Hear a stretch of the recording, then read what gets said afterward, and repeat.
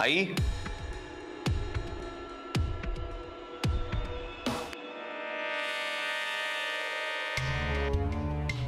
काय झालं?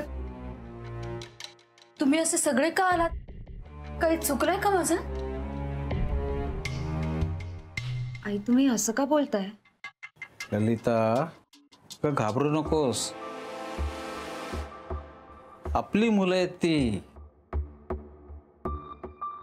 आपलं जरी काही चुकलं असलं ना तरी एकदम नाही चिडणार आपल्यावर. पण आम्ही चिडू का? नाही आई, अगं आम्ही चहा घेऊन आलोय तुमच्यासाठी. हो हा हे घे. मग ठीक आहे. मला ना एकदम भीती वाटली. अरे भीती? आई अगं आम्ही तुझी मुलं आहोत. आजही तू चिडल्यावर आम्ही घाबरतो. नाही रे निरंजन, काळ बदललाय आता. मोठे झाले आहेत तुम्ही दोघही. शहाण्या सुट्ट्या बायका मिळाल्यात तुम्हाला. आता आमचं काय ना? कोणाच्याच लक्षात येत नाहीये, पण आईनं कालचाच राग काढताय. आता काय बोलतील त्याचा भरोसा नाही. आई असं का वाटलं तुला? आई आणि मोठेच लहानांना सांभाळून घेतात ना. आणि आम्हाला तुमचा फक्त धाक नाही, आधार पण आहे. असेलही तसं. म्हणजे तुझ्या मनात असेल स्वानंदी तसं, पण दिसत नाही ना तसं. एवढा मोठा निर्णय घेतलात तुम्ही. दुधातनं माशी कशी काढून फेकून द्यावी ना तसं फेकून दिलत ना आम्हाला. आई आई असं नाहीये. खरंच आमच्या मनात असं काही नव्हतं. हो आई, आणि खरंच तुझा आणि बाबांचा आम्हाला खूप आधार आहे. हा म्हणायला रे फक्त आधार, दिसत नाही तसं. 6 महिन्यापूर्वी शर्ट कुठला घालू असं विचारायचं असतं मला. आणि आता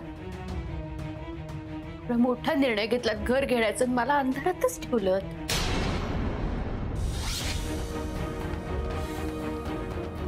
याचा अर्थ आम्ही असा समजतो की तुमच्या दृष्टीने आमची किंमत आता शून्य झालेली आहे. बाबा म्हणूनच म्हटलं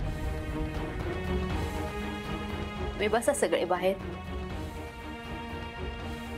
मी बसते आत. आई आम्ही तुम्हाला सरप्राईज देणार होतो म्हणून आम्ही हा प्लॅन केला. असं काही डोक्यात नव्हतं आमच्या. पण शेवटी अंधारातच ठेवलत ना मला.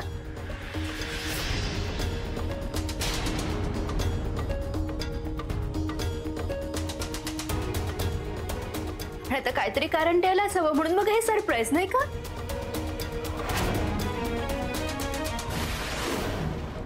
जगाचा नियमच आहे, बळी तो कानपिळी. आमच्या हातात पैसा नाही, त्यामुळे घराची सत्ता नाही. ज्याच्या हातात सत्ता नसते ना त्याचा आशीर्वादही घेत नाही कोणी.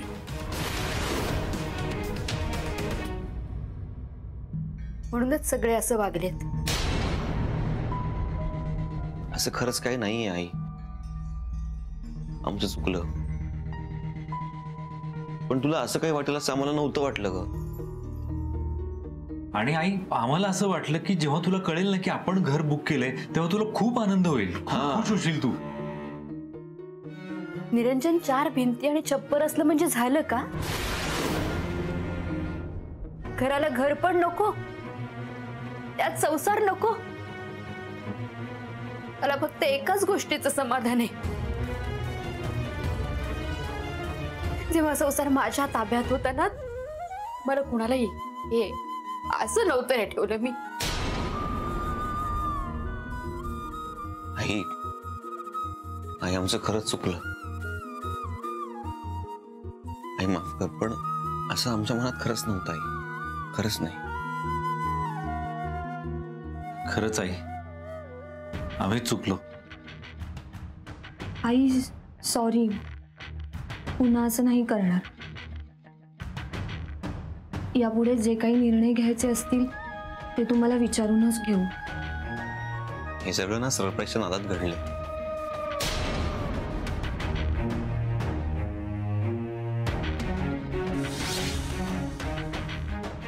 पुन्हा असं अजिबात वागायचं नाही. आई माफ केलंच ना आम्हाला प्लीज. आई बाबा खरंच सॉरी. आम्ही पुन्हा नाही करणार असं.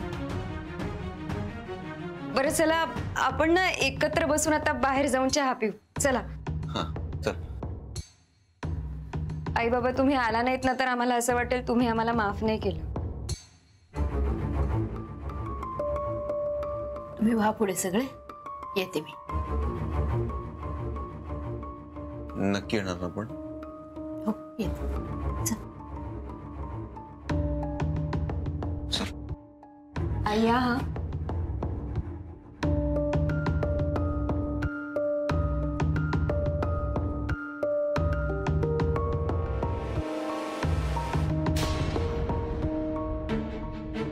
डन.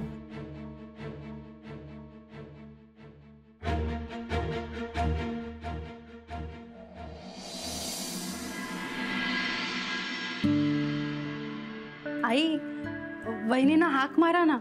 अहो पोहे गार होतात ना. नाही येईल ती, आवडती आहे. अगं अनिता, उन्हाळा खूप वाढलाय. ती तांदळाच्या पिठातली ताकातली धिरडी कर ना. बरेच दिवस झाले खाल्ली नाहीयेत. नक्की करेन मी, पण काय आहे ना तांदूळ दळायला दिले ते दुपारी मिळतील. आई तू आपली नेहमीची तांदळाची उकड कर ना. शी मला नाही आवडत तो चिकट पदार्थ. आपल्या मुलींना नाही आवडत पण आम्हाला आवडते ना. आमच्यासाठी करत मस्तपैकी अशी कोथिंबीर वगैरे टाकून. हो करते करते बरं. यांना खूप आवडायची माझ्या हातची उकड. माझ्या पर्स मध्ये ही सॉरीची चिठ्ठी कोणी टाकली? अहो तुमच्या पर्स मध्ये सापडली का तुम्हाला? हो. मला ना तिथे किचन मध्ये कणकेचा डबा होता ना त्याच्या खाली ठेवलेली सापडली माफी मागितलेली चिठ्ठी. अगं हो, मला सुद्धा रिमोटच्या खाली एक चिठ्ठी मिळाली. सॉरी आजी असं चक्क मराठीत लिहिलं होतं त्यात. कोणाचं काम आहे हे? मुलींचंच काम असणार कोणाचं तरी. सॉरी आजी म्हटलंय म्हणल्यावर. आणि समोर येऊन सांगायची लाज वाटत असेल अशी मुलगी असेल. मी काय म्हणते, आपल्या घरात लाज वाटण्यासारखं काम फक्त संपदाच करते. हीच असणार. संपीला काही पश्चाताप वगैरे होणार नाही. त्यातली मुलगीच नाहीये ती. पण दुसरं कोणी असू शकत नाही ना. पण मी काय म्हणते, आता तिने जर माफी मागितलीच असेल ना तर आपण पण मोठ्या मनाने माफ करून टाकूया ना तिला. पण तिनेच केलं काय काम? नाही मला नाही वाटत माफी वगैरे मागणाऱ्यातली ती आहे. पण अर्थात दुसरं कोणी चुकतच नाही आपल्याकडं. त्यामुळे डोळ्यासमोर पहिलं नाव संपीतच येतं. नाही पण तिचं हे हृदय परिवर्तन कशामुळे झालंय? पण मला काय वाटतं माहितीये का, महेशने साडी दिली ना त्याच्यामुळे झालं असेल. अरेच भाबडी आहेस तू. तुम्ही मला वाटेल ते बोलू नका. मी आधीच सांगून ठेवते तुम्हाला, हे संपदाचंच काम आहे. तुम्ही सगळ्यांनी इकडे खा, मी तिला घेऊन येते. नेहमी वाटेल ते बोलतात मला. माझ्याबद्दल काहीतरी भलतेच समज करून घेतलेत बरं का. आता मी काय वाईट बोललो होतो का? फक्त भाबडी आहेस एवढंच म्हटलं होतं ना. पण संपीची गंमत वाटते. सॉरीच्या चिठ्ठ्या वगैरे. हा आणि ते या फक्त तिघींनाच. म्हणजे तुला पण सॉरी म्हटलं पाहिजे तिने. ते किती उलट उत्तर दिले तुला. अरे या तिघी कामाच्या आहेत बाबा, आपण बिनकामाचे. हे बघा असू दे, आता त्याच्यावरनं तिला कोणी काही बोलू नका. कशाने का होईना पण आपल्या मुलीला अक्कल आली आहे ना, एवढंच खूप आहे. काय चाललंय आता? ये इकडे ये. अगं बाय, अगं ये ना. काय त्याचा पण हात धरून का आणलेस तुम्हाला? हे बघ, तू माफी मागितली की नाही, मग अशी चोरून कशाला? नाही म्हणजे आम्ही माफ करायचं तरी कोणाला ना. मी काय म्हणते, तुला माफी मागायचीच असेल ना तर सगळ्यांसमोर अगदी मोकळेपणाने बोल. काय? कोणाची माफी? मी मागितलीये.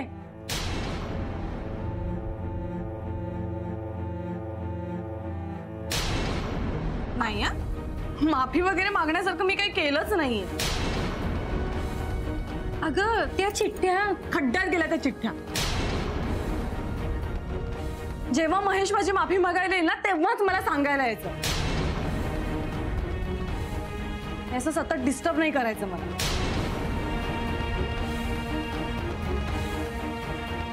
किती वाईट वागते ही ताई. बरं झालं मीची साथ सोडली ते. वसंता, तू म्हणालेलं अगदी खरं आहे बरं का. हिने नाही माफी मागितली. पण मग कोणी मागितली माफी?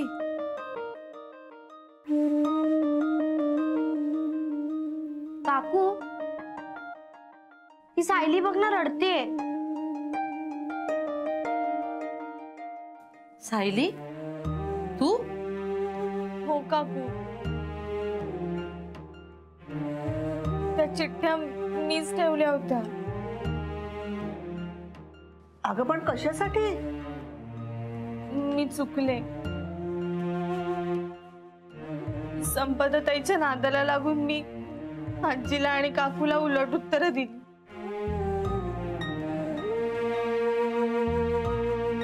माझ्यामुळे आईला पण.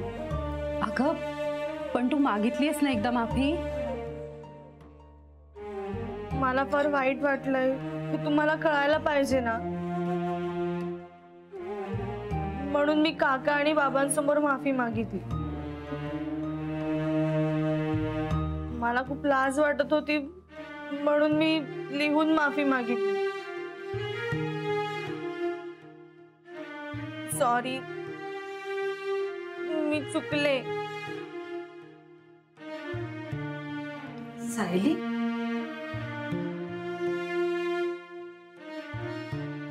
सायली, अगं वेडी आहेस का तू? हात काय सोडतेस तू?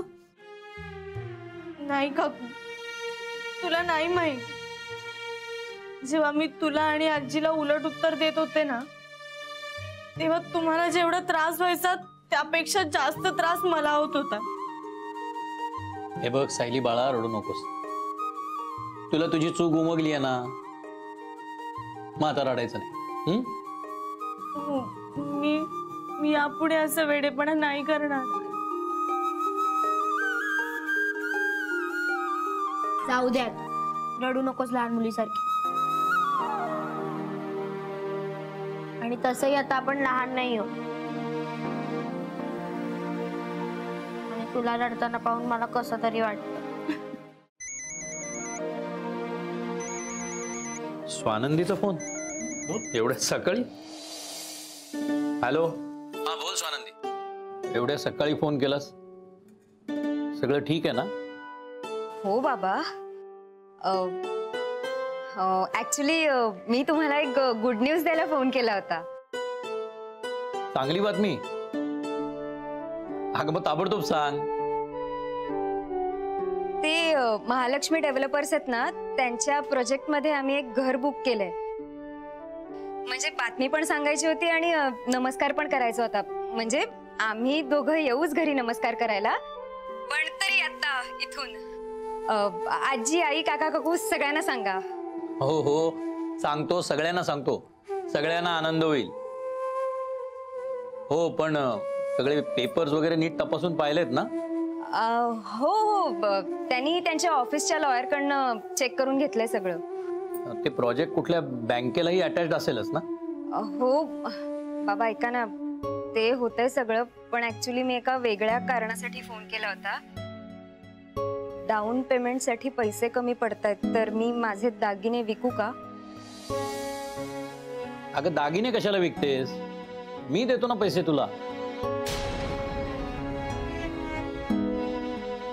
नाही बाबा, मला तुमच्याकडनं नाही घ्यायचेत पैसे. आणि दागिने विकून सगळं होणारे मॅनेज, आणि दागिने काही नंतर सावकाश पण करता येतील. मला माहिती आहे तू माझ्याकडून नाही घेणार पैसे. स्वाभिमानी आहेस तू. तुझं सेव्हिंगही घातलं असशील ना त्यात? हो, मग मी विकू ना दागिने?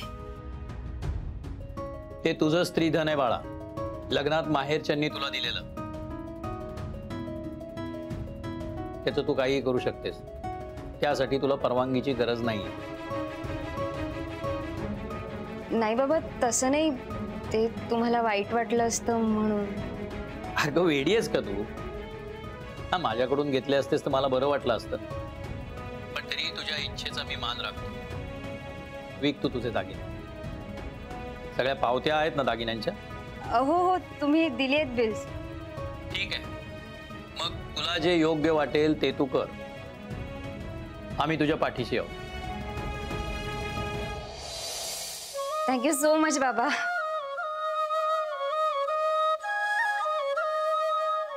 थँक्यू बाबा, खरंच मला ना टेन्शन आलं होतं, आता कमी झालं. ठेवू? Swanandi, I am proud of you. तुझा अभिमान वाटतो मला.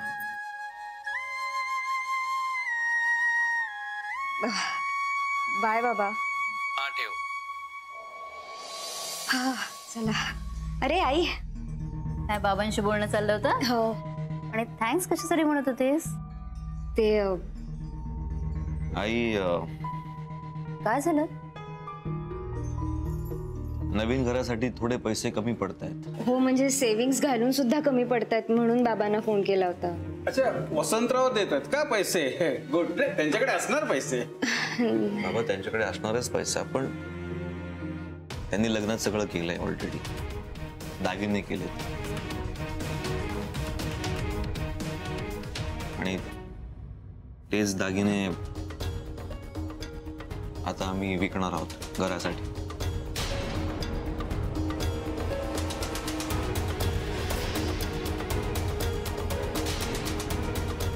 बच्ची मावशीने मला दागिने दाखवले ना, तर मी ही दागिन्यांची जादू करते. कुठल्या दागिन्यांची? स्वानंदीचे दागिने आहेत ना अजून. अरे पण दागिने विकायची काय गरज आहे? आणि मलाही तेच वाटतंय. मीला सांगितलं पण आई, या दागिन्यांपेक्षा तुमच्या स्वप्नातलं, आपल्या हक्काचं घर असणं आमच्यासाठी जास्त महत्वाचं आहे. म्हणून आम्ही सगळ्यांनी मिळून हा निर्णय घेतला. तुझे बाबा पैसे द्यायला नाही म्हणाले का? आई, ते मला आवडलं नसतं. तिच्या बाबांकडून पैसे घेणं मला नसतं आवडलं.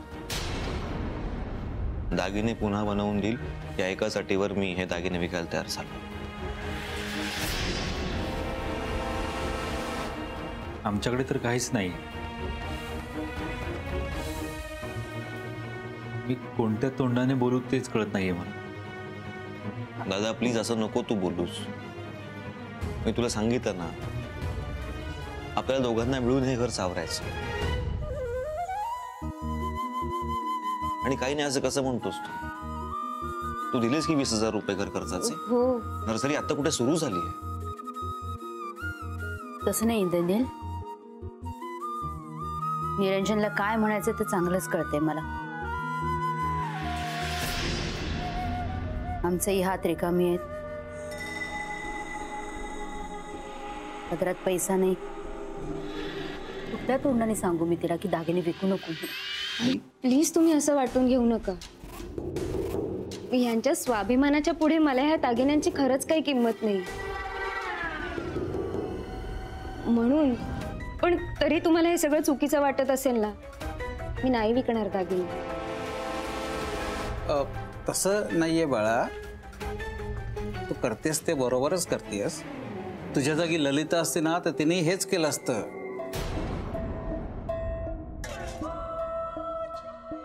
फक्त नवीन घरासाठी तुम्हाला द्यायला आमच्याकडे काहीच नाहीये असं म्हणायचंय तिला. तू योग्य तोच निर्णय घेतलायस.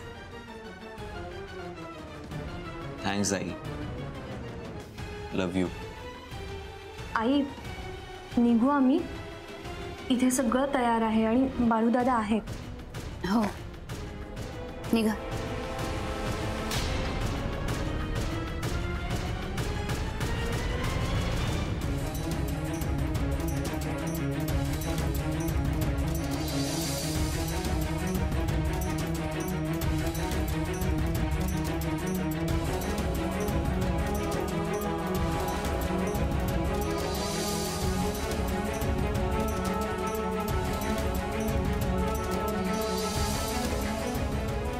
आता काय करणार आहेस? तिचे दागिने होते तेही गेले. तिचे दागिने होते म्हणून तिला घरात टिकू दिलंय मी. आता निरोपाचा नारळ कधीही हातात ठेवता येईल तिच्या.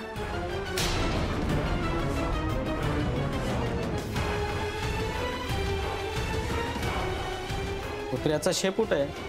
बांधून ठेवलं, नळीत घातलं तरी वाकडं ते वाकडच. सकाळपासून तमाशा सुरू केला या बाईने. काहीतरी करावा लागेल. त्यासाठी वच्छी मावशींना सांगावंच लागेल.